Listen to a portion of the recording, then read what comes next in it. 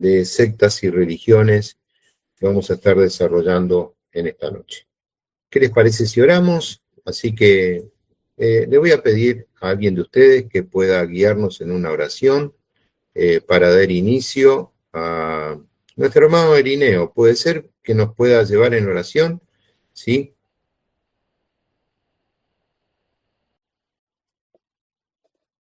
Buenas noches, amado pastor. Buenas noches, hermanos. Dios lo bendiga. Amén, pastor.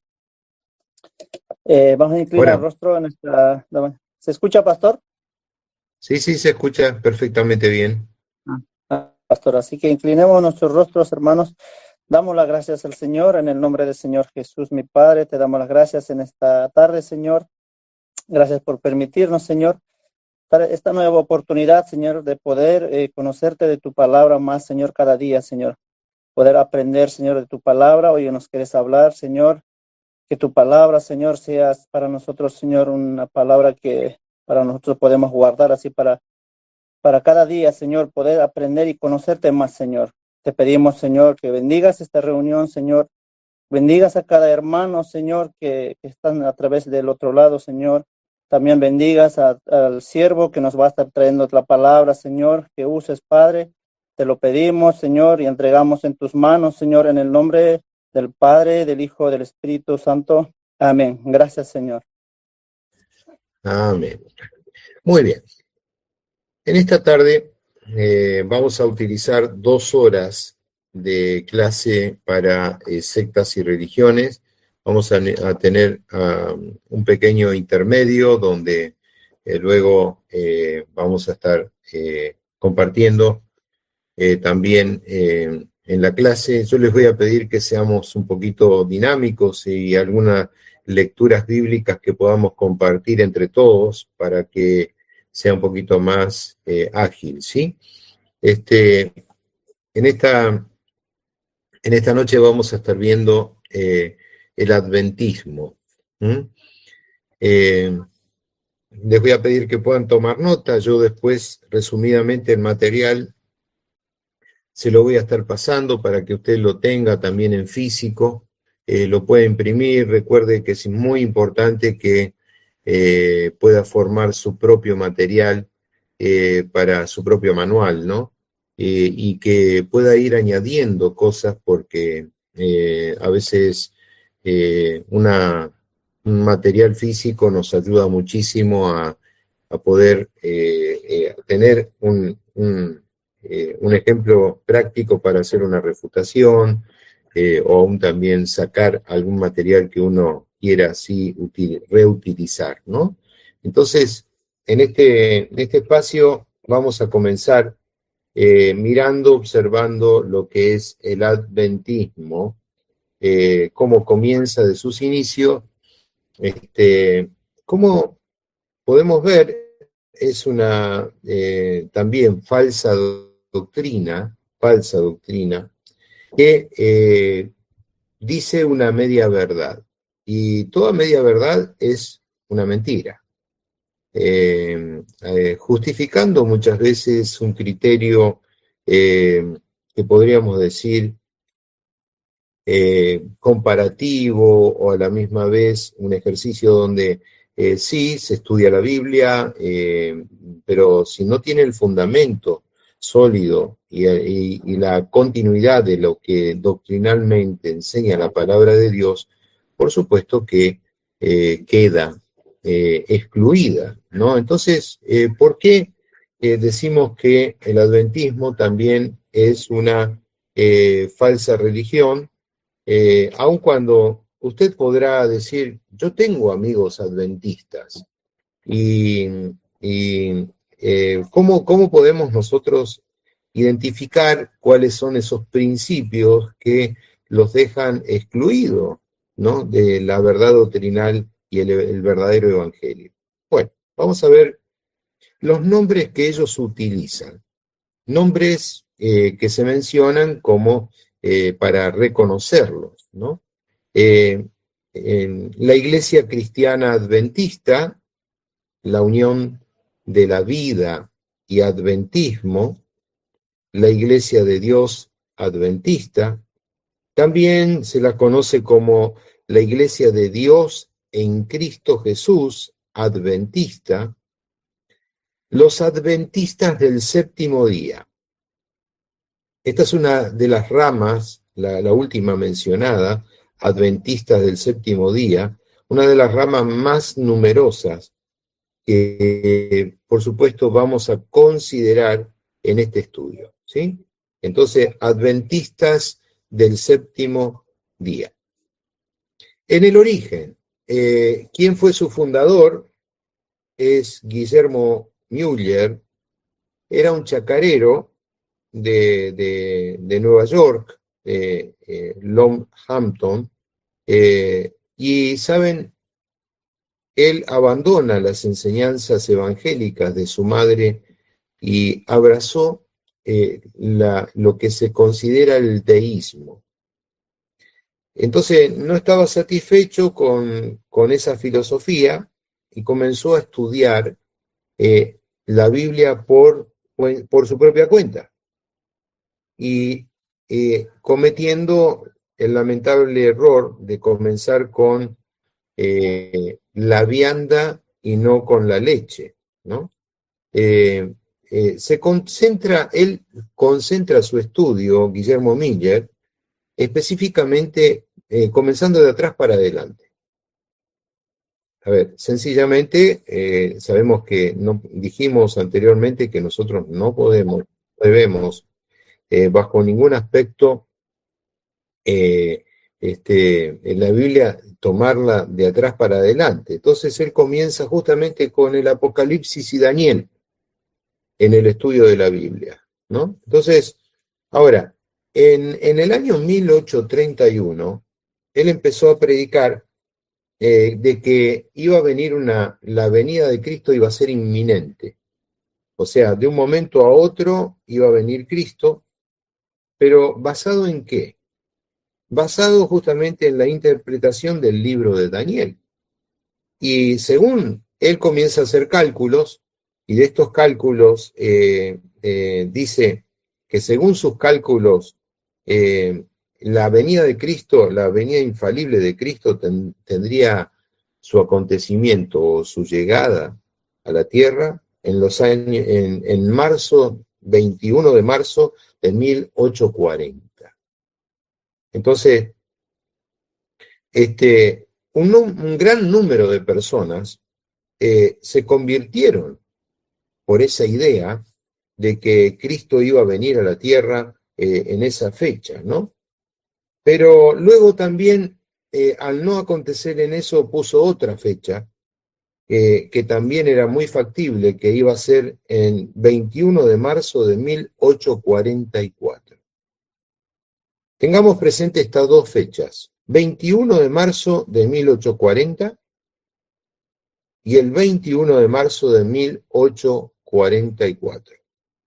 Entonces, en este origen, recuerden, estudiantes, esto es muy importante, que él abandona las enseñanzas evangélicas que por medio de su madre, ¿no?, que lo instruía, para abrazar el deísmo.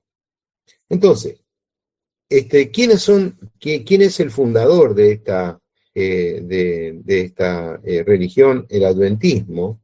Es William Miller en el 1831, pero luego, en continuación, es Ellen de White, ¿no?, que es quien sería luego su esposa. Ahora, en las historias del movimiento, podemos encontrar muchos, pero muchos errores y defectos que vamos a estar estudiando. Ejemplo, en la historia vamos a profundizar ahora en la historia del movimiento. Miller, en algunos de sus compañeros de milicia, seguidores, ¿no? Ellos formaron una gran congregación y a la misma vez se dedicaron de una forma muy activa y de una forma muy, pero muy profunda, ¿no?, a propagar sus propias convicciones. podemos darnos cuenta aquí que en ese fin de establecer sus propios principios, ellos tomaron con mucha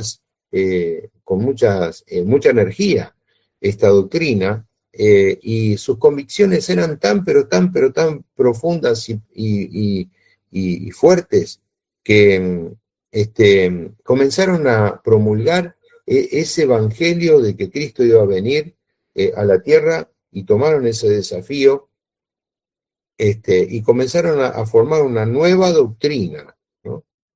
Ahora, este fundador Miller, ¿qué hace? Vende su casa y se dedicó a anunciar por todas partes que la era de la gracia estaba a punto de cerrarse y que Cristo vendría en el año 1843.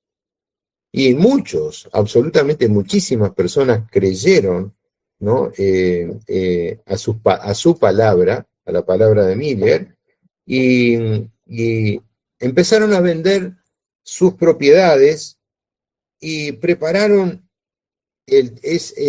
cada familia, cada hogar para esa fecha, la fecha indicada. Luego pasó esta fecha y había ya en ese momento 50.000 convertidos, nuevos convertidos, que ellos sufrieron, por supuesto, lo que es el desengaño, ¿no? Muchos de ellos no sabían ya qué creer después de esto, y otros se volvieron espiritistas, perdiendo totalmente la fe. Qué tremendo, ¿verdad? Comenzando por una enseñanza, por supuesto, no cristiana, engañados por falsas fechas, y aún también determinando lo que vamos a ver, un concepto del ámbito profético. Ellos se dejaban guiar por razonamientos y lógicas humanas que los llevaron a un engaño. Entonces, vuelvo a recalcar, estas personas engañadas ya no tenían un punto, se dejaron llevar y ya a la misma vez entrando en el error de caer en el espiritismo, ¿no? Pero lo peor es que muchos de ellos, habiéndolo abandonado todo y perdiendo sus propiedades, aún muchos de ellos fueron afectados, perdiendo la razón. Ahora, Miller, él volvió a revisar, hizo nuevamente cálculos y luego tuvo que hacer una rectificación porque dijo que se había equivocado, ¿no? Y al hacer este anuncio, él, ¿qué hace? Dice que había basado, el error que había cometido es porque se había basado en una cronología hebrea. Pero el error dice, yo no tendría que haber seguido la cronología hebrea, sino más bien tendría que haber seguido la cronología romana. Entonces, ¿ahora qué hace? Declara que la fecha correcta era el 22 de octubre de 1844. Qué tremendo, ¿verdad? Mirar cómo alguien establece, cuando la Biblia dice, nadie sabe la hora, ni el minuto, ni el momento que será el regreso del Señor. Recuerden que las falsas doctrinas están muy marcadas por el ámbito de establecer cosas que en la Biblia no están. Entonces, vemos aquí ya un primer fracaso de las consecuencias de lanzar fechas, actos proféticos y demás. Entonces, cuando fracasa por segunda vez, el movimiento ciertamente hubiera fracasado de no ser, hubiera sucumbido, podríamos decir, si no hubiera sido por una jovencita de 17 años, ¿no? Que se llamaba Helen Harmon, quien ella manifiesta a posterior de este fracaso de la fecha, que había tenido una visión, una revelación de Dios, y según esta revelación, la fecha era correcta, pero dijo, no, la fecha es correcta, pero no así el lugar donde se esperaba a Cristo. Ahora coloca otro parche. Otro parche para enmendar lo que iba a ser, pero a la misma vez, ¿no?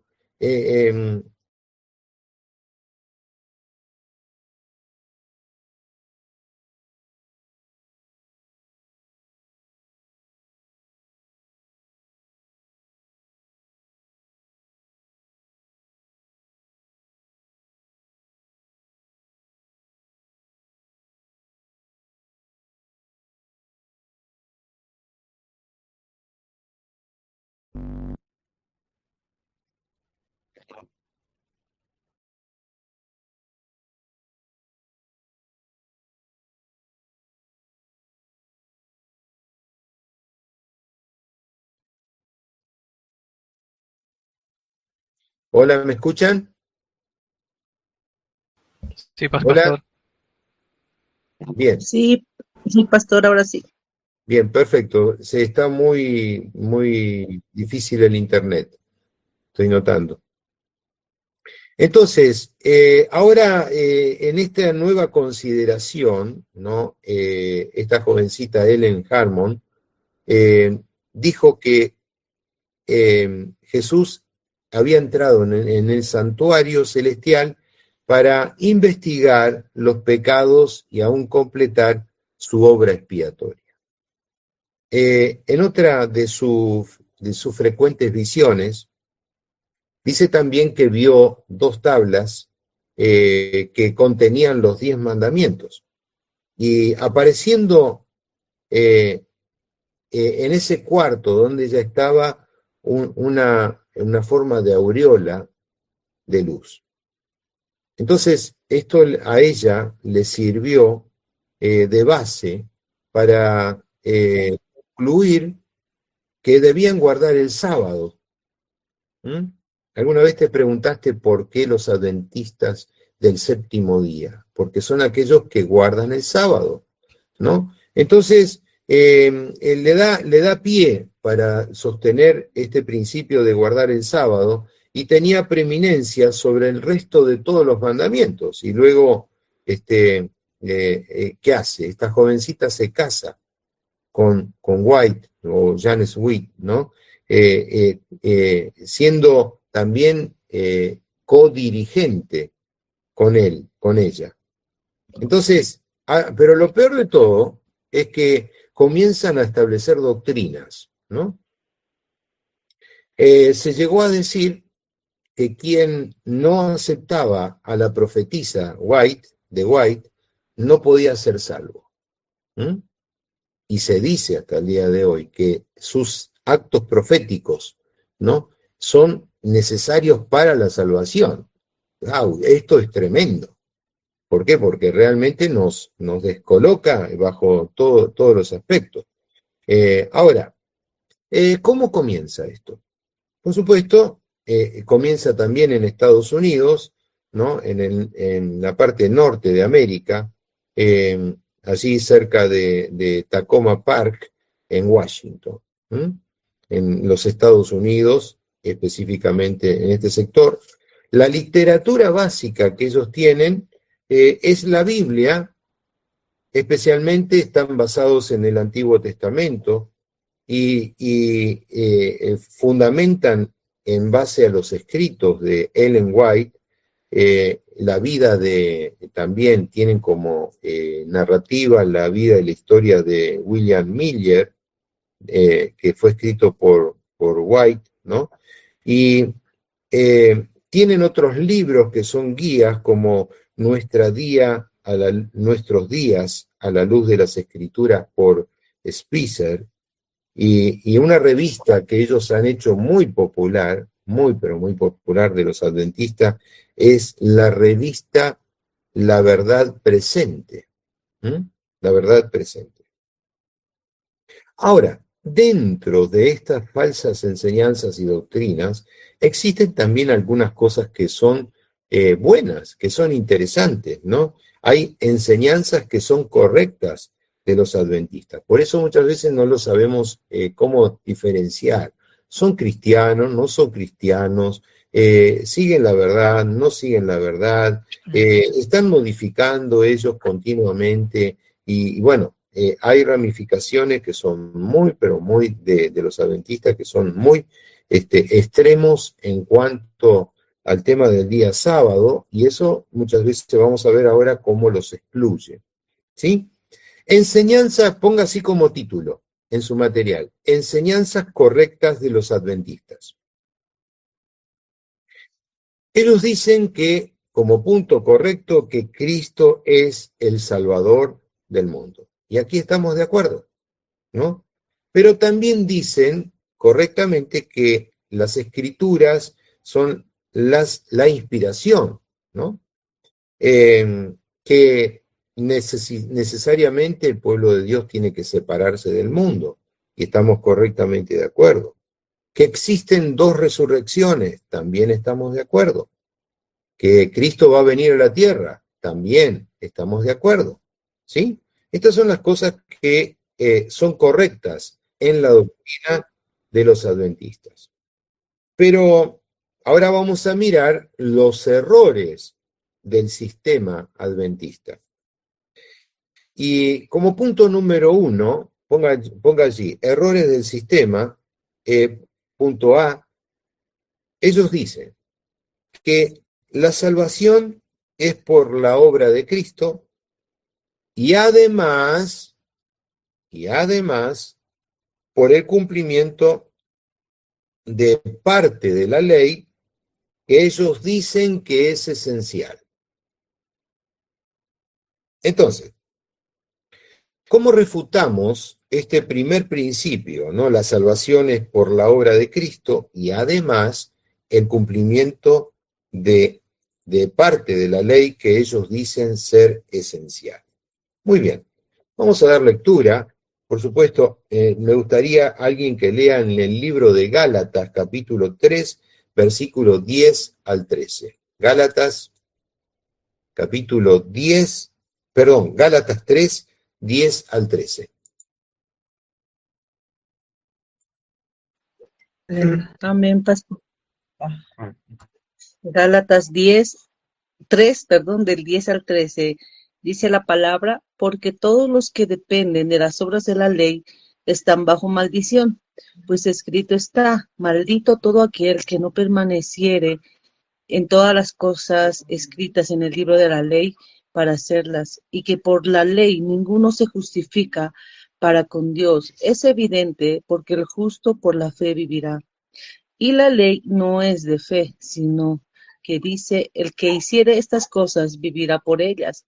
Cristo nos redimió de la maldición de la ley, hecho por nosotros maldición, porque está escrito, maldito todo el que es colgado de un madero.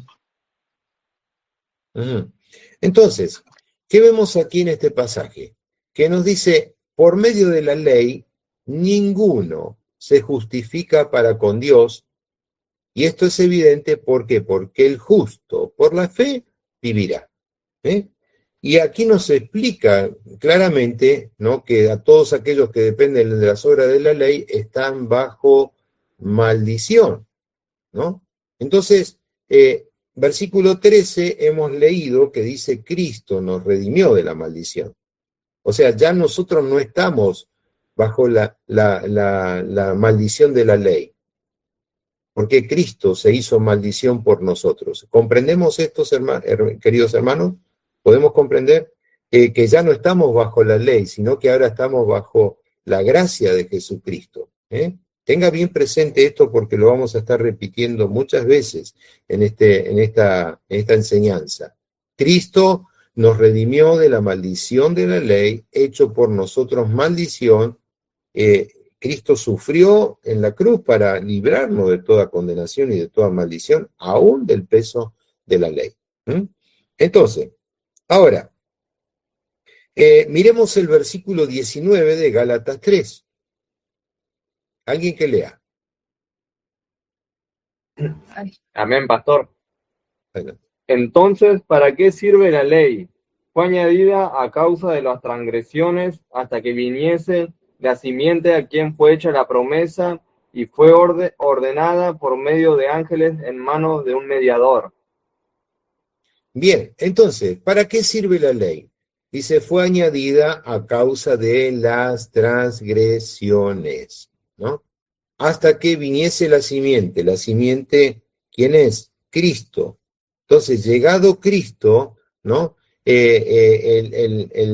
Firme a la promesa que dice, ha sido establecida por Dios para librarnos. Nuevamente vuelve a decir, ya no más bajo la maldición de la ley, sino ahora bajo la bendición de la simiente que fue establecida para salvación y redención, que es Jesucristo nuestro Señor. Ahora, sigamos. En el capítulo mismo 3 de Gálatas, ¿no? Versículos 24 al 29. Rápidamente alguien más que lea. Amén, pastor. Sí. La palabra dice así. 24, Gálatas 3, 24. Así fue como la ley nos condujo hasta Cristo, para que recibiéramos la salvación por medio de la fe. Pero ahora, en vez que la fe ha llegado, ya no estamos bajo el dominio de ningún acompañante. En efecto, todos vosotros, los que creéis en Cristo Jesús, sois hijos de Dios. ¿Hasta el 26 me dijo? 29. Ah, pues todos los que habéis sido bautizados en Cristo, de Cristo habéis sido revestidos. 28. Ya no hay distinción entre judío y no judío, ni entre esclavo y libre, ni entre varón y mujer. En Cristo Jesús todos sois uno. Y si sois de Cristo, también sois descendiente de Abraham y herederos según la promesa. Entonces, según estos pasajes, y podríamos mencionar mucho más, ¿no? Vamos a encontrar que ya no estamos bajo la consideración del ayo de la ley, sino que estamos bajo la consideración de aquel que gobierna. Ayo, aquel es un guía, ¿no? Ahora, quien guía nuestros pasos es Cristo. Ahora, ellos recuerden que decían que la salvación es por la obra de Cristo y además el cumplimiento de la parte de la ley que ellos dicen que es esencial. Entonces, retenemos que no consideran estos pasajes bíblicos para dar conocimiento. Y quiero añadirle uno más, ¿sí? Dos más. Gálatas capítulo 5, Gálatas 5, versículo 1 al 4. Gálatas capítulo 5, 1 al 4. Amén, pastor. Amén. Gálatas 5 del 1 al 4. Está, pues, firmes en la libertad con que Cristo nos hizo libres, y no estéis otra vez sujetos al yugo de esclavitud. He aquí, yo, Pablo, os digo, que si sos circuncidados, que si os circuncidáis, de nada os aprovechará Cristo. Y otra vez testifico a todo hombre que se circuncida, que está obligado a guardar toda la ley. 4. De Cristo os desligasteis los que por la ley os justificáis.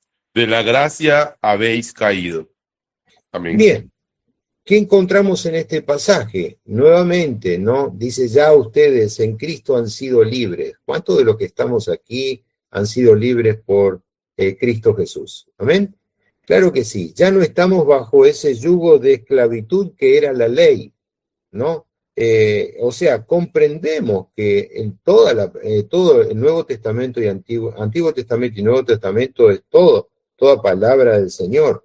Pero ya no estamos bajo el ayo de la ley, sino que ahora quien guía nuestro caminar es Cristo Jesús, nuestro Señor, y que nos lleva a esa verdadera libertad, ¿no? En el mismo capítulo, yo se los voy a leer del capítulo 5, versículo 13 y 14, dice así: porque vosotros, hermanos, dice, a libertad fuisteis llamados. ¿A qué fuiste llamado, mi hermano?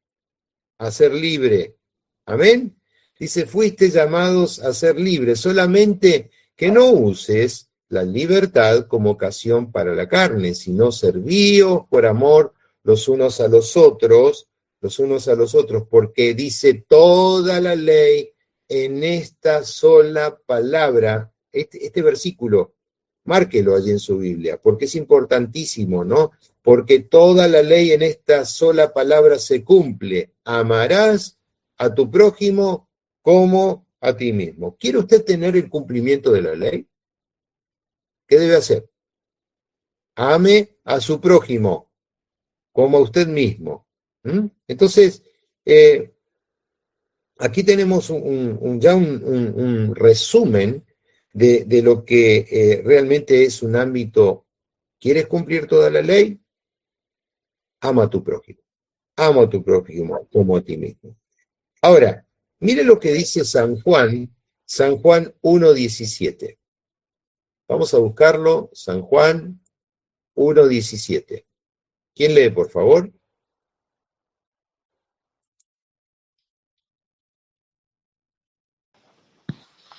Amén. Amén, pastor. Buenas noches. Sí. Dice así, Pues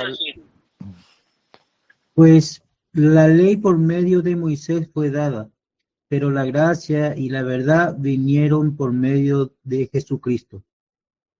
Gloria a Dios. Entonces, Moisés no es, a ver, voy a traducir esto en palabras pobres. Moisés no es mayor que Jesús. Dice, y la ley vino por medio de Moisés, pero la gracia y la verdad vinieron por medio de nuestro Señor Jesucristo, el Hijo de Dios. Entonces, vemos que es muy interesante ver cómo ahora en los evangelios marca una distancia, ¿no?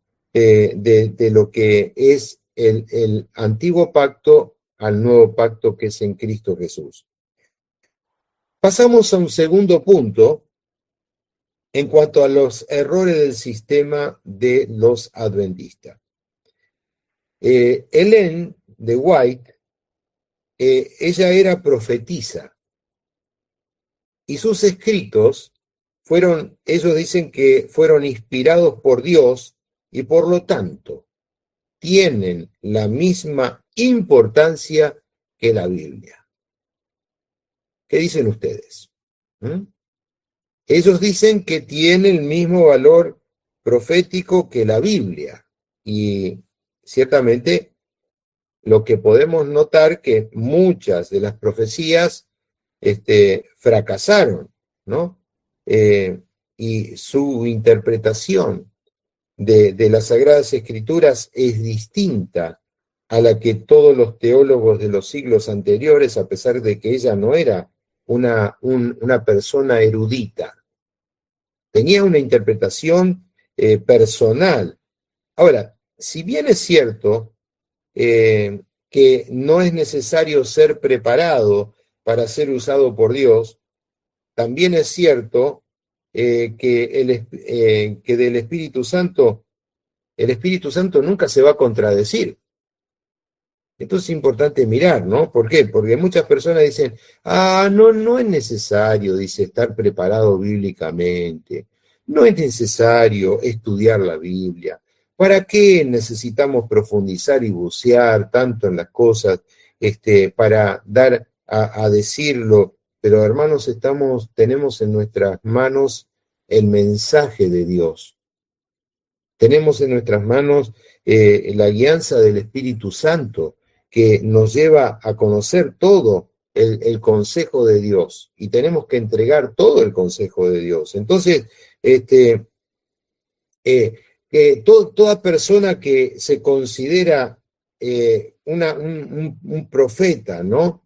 Muchos de esas profecías han fracasado. Mire, quiero dejarle un texto para que lo analicemos.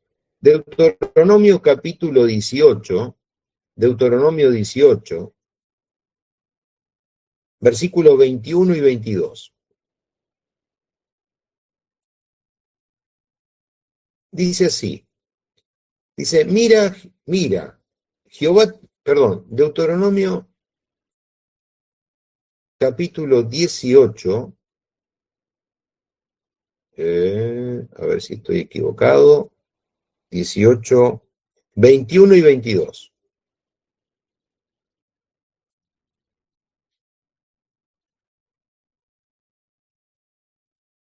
Dice así, y si dijeres en tu corazón, ¿cómo conoceremos la palabra que Jehová ha hablado?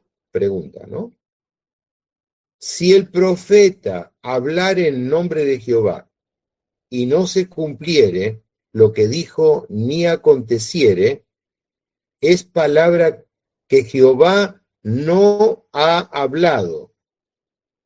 Y con presunción la habló el tal profeta. No tengas temor de él. En otro texto dice, si lo que se dice el profeta y no se cumpliere, el profeta debía ser muerto. Entonces, ¿qué vemos aquí? ¿Cómo conoceremos que Dios ha hablado? Hoy ciertamente populan los falsos profetas, falsos maestros que dicen Jehová dijo. Pero si esa palabra no se cumple, ¿no? No hay que tomarla como tal. Por eso dice la palabra, dice, no tengas temor de él. Entonces muchas de las profecías fracasan. Y en el caso también de falsos profetas, ¿no? Que han emitido palabra y dando fechas y dando muchos acontecimientos que nunca sucedieron. Entonces, encontramos que White era profetisa y quiso establecer que sus escritos eran tan sólidos y aún contundentes y precisos como la Biblia, pero recuerde que la palabra de Dios es la palabra profética más segura. Y nada, no se puede comparar a la importancia de la Biblia, ¿no? Entonces, vamos a un tercer punto, errores del sistema. Ellos dicen que guardar el sábado es necesario para ser salvo. Y los que guardan el domingo tienen la señal de la bestia. ¡Wow! ¡Qué tremendo! Entonces, acá vemos que hay una mala interpretación bíblica. ¿Por qué? Primeramente, el Shabbat fue colocado, ustedes están estudiando costumbres judías y seguramente lo habrán visto en parte, ¿no? Pero el Shabbat fue colocado el día sábado por señal al pueblo de Israel. Entonces, ¿cómo refutamos nosotros esta cuestión del día sábado que es necesario para ser salvo? A ver, yo les voy a dar 5 puntos como para poder refutar esta falsa enseñanza. Número 1. En el período apostólico, la iglesia se reunía el primer día de la semana. O sea, ¿cuál es el primer día? El día domingo. ¿Sí? O sea, el día de la resurrección. El día de la resurrección. Hechos capítulo 20, Hechos 20, versículo 7, nos dice así. Hechos capítulo 20, versículo 7. ¿Alguien que lea, por favor?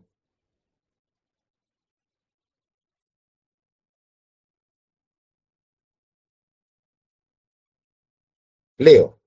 En el primer día de la semana, reunidos los discípulos para partir el pan, Pablo les enseñaba, habiendo de salir al día siguiente, y alargó el discurso hasta la medianoche. Cuando fue el primer día de la semana, estaban reunidos los discípulos. O sea, se juntaban en el periodo apostólico los primer día de semana. Primera de Corintios 16:2. Por favor, Tamara, ¿podrás leer? Primera de Corintios 16:2.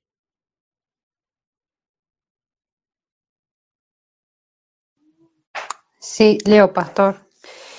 Dice, cada primer día de la semana, cada uno de vosotros ponga aparte algo, según haya prosperado, guardándolo para que cuando yo llegue no se recojan entonces ofrendas.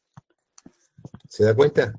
Cada primer día de la semana, cada uno. Entonces se reunían cada primer día de semana, que era el día domingo. Entonces, encontramos que, o sea, una contradicción en este punto. Ahora, número 2. Pablo, el apóstol, nunca exhortó a la iglesia a que guarden el día sábado.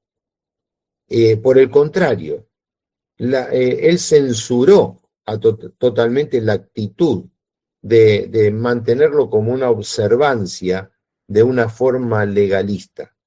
¿Me entienden a lo que estoy diciendo? O sea, él exhortó diciendo, no sean ustedes legalistas entre este ámbito de guardar el día sábado. Vamos a ver cómo bíblicamente podemos sostener este principio, ¿sí? Quiero que se anote en su material Gálatas capítulo 4, versículo del 8 al 11, Colosenses capítulo 2, versículos 16 y 17, y Romanos 14, 5 y 6. Le voy a pedir a Gabriela que ella pueda leerme Gálatas 4, 8 al 11.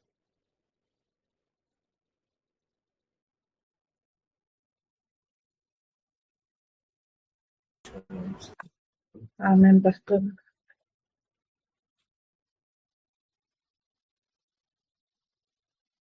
Gálatas. Gálatas 4, 8 al 11.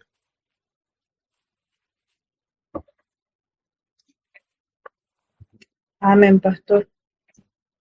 Pero cuando vino el cumplimiento del tiempo, Dios envió a su Hijo, nacido de mujer y nacido bajo la ley, para que redimiese a los que estaban bajo la ley, a fin de que recibiésemos la adopción de hijos.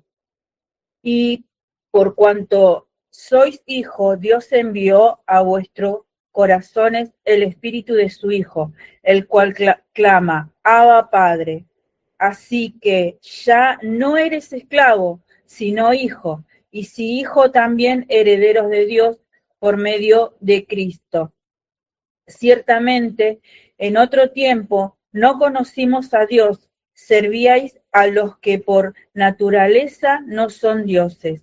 Mas ahora, conociendo a Dios, o más bien siendo conocidos por Dios, ¿cómo es que os volvéis de nuevo a los débiles y pobres rudimentos a los cuales os queréis volver a esclavizar? Guardáis los días, los meses, los tiempos y los años. Me temo de vosotros que haya trabajado en vano con vosotros. Bien, entonces dice, habiendo sido libres de la ley, ¿se quieren ustedes volver a esclavizar con esos viejos rudimentos, como diciendo, con esos viejos trapos? Dice, con esa vieja condición, ¿quieren volver atrás cuando ya Cristo los hizo libre? ¿No? Qué pena pensar de esta manera cuando tienen un desarrollo mucho mayor hacia adelante. Entonces encontramos justamente cómo el apóstol Pablo establece, ¿no? Y los exhorta a los Gálatas a no volver atrás, a no volver atrás. Colosenses capítulo 2, 16 al 17, le voy a pedir a la hermana Fanny que pueda darnos lectura, ¿sí? Colosenses 2, 16 y 17. Amén, pastor. Colosenses 2, 16 y 17. Dice, Por tanto, nadie os juzgue en comida o en bebida, o en cuanto a días de fiesta, luna nueva o días de reposo, todo lo cual es sombra de lo que ha de venir, pero el cuerpo es de Cristo. Bien, aquí está mucho más clarito, ¿sí? Dice dice, nadie juzgue en cuanto a luna, día, tradiciones, días de reposo, dice, todo es sombra, ¿eh? La sombra no tiene vida, ¿eh? Sino que más bien dice, es un proyecto de lo que ha de venir, pero dice, el cuerpo, dice, es de Cristo. Entonces, allí marca una tendencia bien precisa, ¿no? Para lo que nosotros tenemos que seguir. Si estás en la ley, estás en la sombra. Si estás en la gracia, estás en Jesucristo. Entonces, queda muy, pero muy preciso y claro lo que el apóstol el Pablo viene enseñando. Y recuerden que el apóstol Pablo no daba una enseñanza porque sí, sino más bien él establecía un principio sólido y era conocedor de la ley, pero ahora sabía que la nueva dispensación era la gracia que es en Cristo Jesús. Entonces, por eso establece, pero el cuerpo es de Cristo, ¿eh? Y en eso se centra. Romanos 14, 5 y 6, y vamos a pedirle a Erika Romero, que pueda dar lectura, ¿eh? Romanos 14, 5 y 6. Bendiciones, pastor. Bendiciones. Romanos 14, 5 y 6. Uno hace diferencia entre día y día, otro juzga iguales todos los días. Cada uno esté plenamente convencido en su propia mente. El que hace caso del día, lo hace para el Señor, y el que no hace caso del día, para el Señor no lo hace. El que come para el Señor come, porque da gracias a Dios, y el que no come, para el Señor no come, y da gracias a Dios. Bien, entonces, aquí muy claramente este pasaje también dice, ¿no? Dice, a ver, ¿cuál es el fin de que ustedes hagan diferencia entre unos y otros? ¿Es acaso la ley lo que a ustedes le permite marcar qué es lo que realmente ustedes han obtenido? ¿Dónde están centrados ustedes, no? Dice, ¿acaso no tienen una convicción? Si esa convicción no es por la fe en Jesucristo, todo lo que ustedes hacen es inútil. ¿Por qué? Porque dice, ¿acaso dice, el que hace caso del día, no lo hace para el Señor? Igualmente dice, dice, aquel que juzga de un día para con otro. No, dice, ustedes tienen que estar plenamente convencidos en su propia mente a qué determinación han llegado, ¿no? Entonces, lo que da a establecer aquí es que no se puede estar con una dualidad de pensamiento. O estás o no estás, sos de Cristo o no estás en Cristo, ¿no? Bien, pasamos a un tercer punto. Cristo nunca estableció que sus discípulos debían guardar el sábado. Cristo nunca estableció que sus discípulos debían guardar el sábado. Voy a darles un texto que es Marcos capítulo 2, versículo 27, y le voy a pedir, a ver a quién, a nuestra hermana Giovanna Cabrera que pueda estar leyendo, ¿sí? Marcos capítulo 2, versículo 27.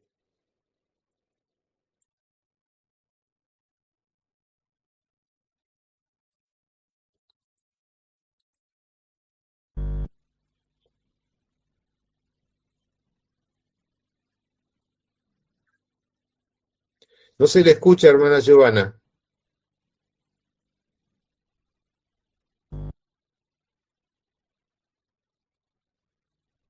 No le funciona su micrófono. Discúlpeme, hermana, ¿sí? Héctor Lencina, por favor, hermano Lencina, si puede leernos, por favor. Marcos 2:27. Bendiciones, pastor. Bendiciones. Marcos 2:27. Díjole también, el sábado por causa de los hombres fue hecho, no el hombre por causa del sábado. Bien, Aquí también, ¿vemos esto? Dice, el día de reposo fue hecho por causa del hombre. Recuerdan que yo le dije que es una señal, el día sábado, que está colocado para el pueblo de Israel, ¿sí? Es por causa del hombre, y no el hombre por causa del día de reposo. Entonces, nuestro Señor nunca estableció que debían guardarlo el día sábado, ¿eh? Cuarto punto, el sábado fue establecido particularmente para Israel. Bueno, y aquí les voy a dar simplemente las citas para que ustedes lo puedan leer después con tiempo. Deuteronomio capítulo 5, versículos 12 al 15. Éxodo 31, 11 al 18. Colosenses 2, 16 al 17. Vamos a leer Éxodo 31. Éxodo 31. El hermano Gadiel Firpo, si puede dar lectura. Éxodo capítulo 31, 11 al 18.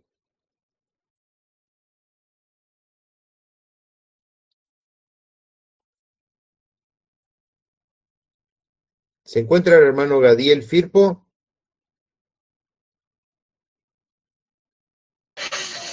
Leo, pastor. Sí, Fanny, por favor. Éxodos 31, 11 al 18. 18. Dice, el aceite de la unción y el incienso aromático para el santuario harán conforme a todo lo que te he mandado. Habló además Jehová a Moisés diciendo, tú hablarás a los hijos de Israel, diciendo, en verdad vosotros guardaréis mis días de reposo, porque es señal entre mí y vosotros por vuestras generaciones, para que sepáis que yo soy Jehová que os santifico. Así que guardaréis el día de reposo, porque santo es a vosotros el que lo profanare. De cierto morirá, porque cualquiera que hiciere obra alguna en él, aquella persona será cortada del medio de su pueblo. 6 días se trabajará, mas el día séptimo es día de reposo, consagrado a Jehová. Cualquiera que trabajare en el día de reposo, ciertamente morirá. Guardarán pues el día de reposo los hijos de Israel, celebrándolo por sus generaciones, por pacto perpetuo. Señales para siempre entre mí y los hijos de Israel, porque en 6 días hizo Jehová los cielos y la tierra, y en el séptimo día cesó y reposó. Y dio a Moisés, cuando acabó de hablar con él en el monte de Sinaí, 2 tablas de testimonio, tablas de piedra, escrita con el dedo de Dios. A ver, si nosotros tomáramos estos textos ciertamente sin conocimiento de la palabra, esto asusta, porque me implica que deba cuidar el día de reposo porque ciertamente había muerte. Pero bien dice el texto que es dado a los hijos de Israel. Tenga bien presente, porque cuando descontextualizamos, cometemos errores. Y justamente, como bien decíamos, los adventistas toman el Antiguo Testamento como esencial para doctrina, pero aún así le añaden cosas. Entonces, aquí encontramos el punto neurálgico, ¿no? Si podríamos decir, de un acontecimiento que puede llevar a un error. Entonces, el sábado, recuerde, mi hermano, refutación válida, el sábado fue exclusivamente y particularmente para el pueblo de Israel, ¿sí? Número 5. Si el cuarto mandamiento es el más importante, es extraño que todos los demás sean repetidos en el Nuevo Testamento, y este no. O sea, encontramos la importancia de los mandamientos, pero el día del sábado no es mencionado ni menos repetido en el Nuevo Testamento. Entonces, también, o sea, amarás a tu prójimo como a ti mismo es mencionado, pero el día del sábado no. Entonces, ¿por qué darle relevancia a algo que realmente no lo es? Bien, entonces, guardar el sábado ellos dicen que es necesario para ser salvo, y los que guardan el domingo tienen el señal de la bestia, ¿no? Entonces, hermanos, no es una cuestión de salvación, o simplemente es una cuestión de calendario también, ¿no? Donde se sostiene una doctrina que no tiene fundamento. Bien.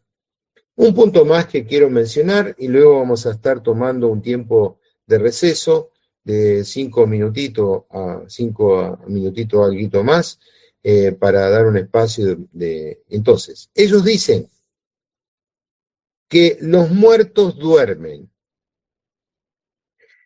No solamente el cuerpo, sino que también el alma y el espíritu permanecen en un estado de inconsciencia hasta el día de la resurrección. Entonces, ¿cómo refutamos esta parte, ¿no?, de que los muertos duermen? La palabra de Dios destaca que el alma permanece totalmente consciente después de la muerte física. Esto es algo que muchas veces los cristianos no estudiamos, pero es importante, mirar este concepto, porque ¿qué pasa después de la muerte? ¿Qué es lo que sucede con el alma, ¿no? ¿Cómo es, a dónde va el Espíritu de Dios? Y tantas otras cosas, ¿no? Hay una muerte física, ¿no? Pero el alma es parte de la muerte, o sea, física, y dónde va a parar, ¿no?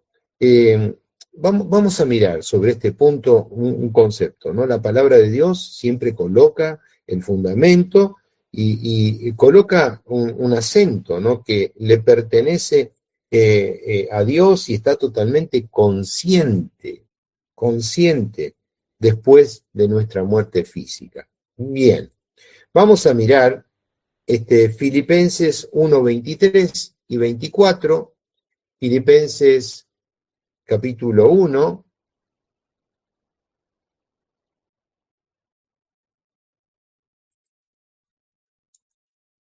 (23 y 24). Estamos aprendiendo, ¿verdad? Amén, Dice Pastor así. Leo. Sí, por favor, adelante. Porque de ambas cosas estoy puesto en estrecho, teniendo deseo de partir y estar con Cristo, lo cual es muchísimo mejor. Pero quedar en la carne es más necesario por causa de vosotros. Bien, ¿qué encontramos aquí? El apóstol Pablo dice: yo tengo el deseo de partir, estar con Cristo. Es el mejor lugar, ¿no? Pero dice, o sea, ¿por qué? Porque él estaba seguro de que su alma y su espíritu regresaban al Padre, ¿no? Dice, es el mejor lugar. Esta seguridad la tenemos nosotros, quienes conocemos a Dios y vivimos por Dios y para Dios, ¿no? Entonces, esa convicción es por el Espíritu. Por supuesto que naturalmente ahora tenemos que fundamentar qué es lo que acontece y dónde va el alma. Pablo decía, yo estoy seguro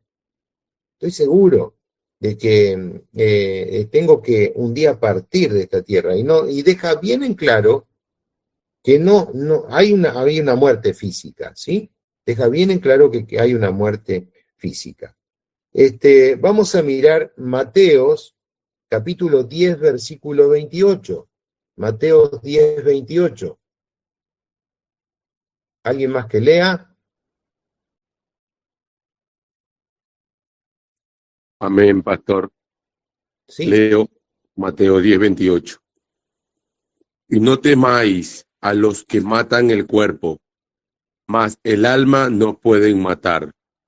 Temed más bien a aquel que puede destruir el alma y el cuerpo en el infierno. Ajá. Entonces, ¿a quién le pertenece el alma? El alma es de Dios. Y ciertamente dice, no le tengan miedo a aquellos que pueden matar el cuerpo, pero el alma no. El alma no la pueden, el alma es un concepto inmortal, ¿no? Entonces, dice, nada pueden hacer en contra del alma, solamente dice, alguien sí puede, a ese sí deben temer, y ese es Dios, ¿no? Ese es Dios. Entonces, vemos que el concepto, ¿no? De lo que ellos sostienen, que el alma está en un estado, el alma y el espíritu permanecen en los muertos en un estado de inconsciencia hasta la resurrección. ¿Inconsciente de qué? No, están totalmente, el alma está en un estado de conciencia pura, ¿no? Y vamos a ver como siguiente texto, el texto de Lucas.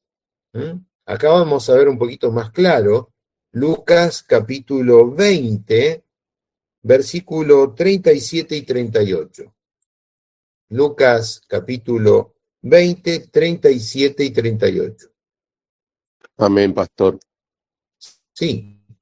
Pero en cuanto a que los muertos han de resucitar, aún Moisés lo enseñó en el pasaje de la zarza, cuando llama al Señor, Dios de Abraham, Dios de Isaac y Dios de Jacob, porque Dios no es Dios de muertos, sino de vivos, pues para Él todos viven.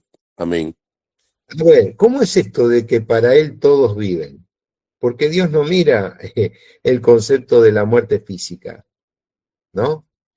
Para Él todos son vivos, ¿por qué? Porque está el concepto del alma, ¿no?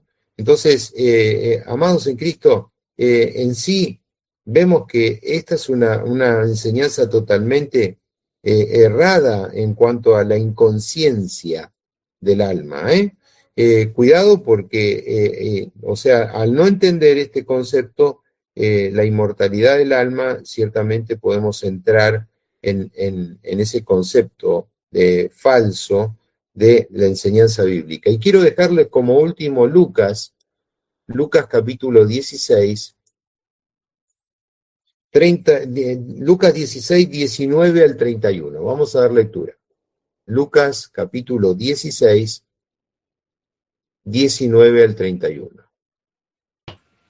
Leo, pastor. Amén. Sí, Había un hombre rico. Había un hombre rico que se vestía de púrpura y de lino fino, y hacía cada día banquete con esplendidez. Había también un mendigo llamado Lázaro, que estaba echado a la puerta de aquel, lleno de llagas, y ansiaba saciarse de las migajas que caían de la mesa del rico, y aún los perros venían y le lamían las llagas. Aconteció que murió el mendigo, y fue llevado por los ángeles al seno de Abraham, y murió también el rico, y fue sepultado. Y en el Hadés alzó sus ojos, estando en tormentos, y vio de lejos a Abraham, y a Lázaro en su seno. Entonces él, dando voces, dijo: Padre Abraham, ten misericordia de mí, y envía a Lázaro para que moje la punta de su dedo en agua, y refresque mi lengua, porque estoy atormentado en esta llama.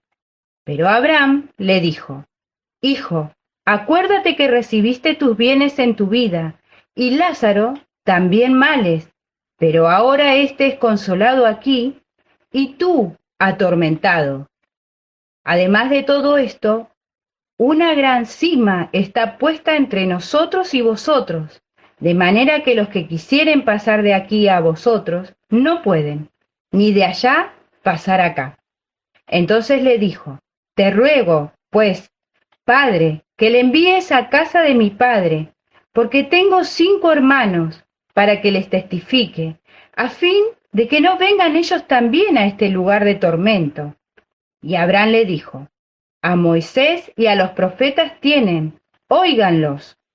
Él entonces dijo: No, padre Abraham, pero si alguno fuere a ellos de entre los muertos, se arrepentirán. Mas Abraham le dijo: Si no oyen a Moisés y a los profetas, tampoco se persuadirán, aunque alguno se levantare de los muertos. Amén. esta palabra, ¿no?, nos da, nos muestra también el estado consciente en que estaban Lázaro y el rico, porque de esta manera encontramos que dice que ansiaba él tener de las migajas que caían de la mesa del rico, y aún dice los perros le lamían las llagas. Murió y fue llevado por los ángeles al seno de Abraham. Y murió también el rico y fue sepultado. Pero miren el versículo 23. Dice, y en el Hades alzó sus ojos. ¿Cómo puede estar un muerto físico con un estado de el alma inconsciente cuando dice que abrió sus ojos? Estando en tormento y vio de lejos a Abraham, ¿no? Y vio de lejos a Abraham, y vemos el acontecimiento que allí sucede, y a Lázaro en su seno, y hablan. Un estado inconsciente no habla. Un alma consciente es la que sí muestra los acontecimientos y cómo relata, ¿no? Aun cuando muchos sostienen que este versículo dice que es una parábola, ¿no? Y que no es literal, ¿no? Sí tiene un concepto literal, porque habla justamente de dos personas que le colocan nombre, ¿no? Y que están en un estado consciente, ¿sí? Entonces, vemos, hermanos, y podríamos abordar mucho más, ¿no? Sobre este punto, pero en la refutación, en la muerte física, ¿no? La palabra de Dios destaca que el alma permanece totalmente consciente después de la muerte física. Entonces, ¿qué sucede con el alma? ¿Qué sucede con el espíritu? Pertenecen a Dios, y dice que más adelante, no, ciertamente, todos padeceremos ante el tribunal de Cristo para exponer nuestros actos de justicia de lo que hayamos hecho sobre la tierra. No lo podríamos hacer en un estado inconsciente. Vamos a estar con un acto consciente delante del tribunal del Señor. Amén. Bien, tomamos 5 minutitos, hermanos, para tomar este tiempo, y vamos a continuar con el siguiente punto. Así que en 5 minutitos nos estamos viendo. Dios les bendiga, ¿sí?